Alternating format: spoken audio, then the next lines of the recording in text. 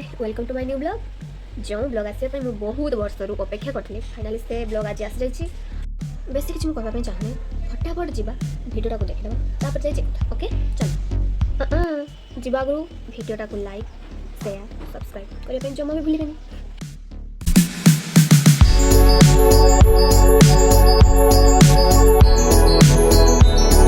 yes yes आपण मैंने ठीक गेस कर मो भाईर बाहागर जेटा कि आम बहुत वर्ष अपेक्षा करते फाइनाली मु बहुत खुशी अच्छे बहुत एक्साइटेड अच्छे बहुत बहुत बहुत खुशी अच्छे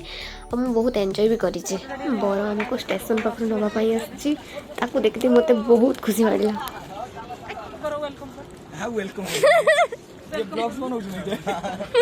मेरे भाई के साथ ही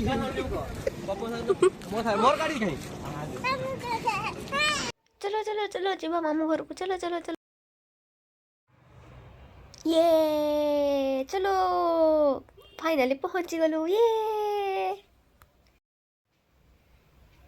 ये कौन डेकोरेशन है ही नहीं और बोधे आम गले डेकोरेशन कर बरर बापा जाइंट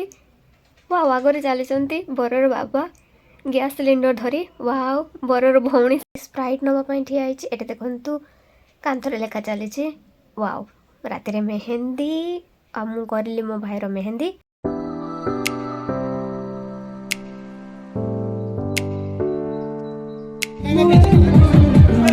से मत देखी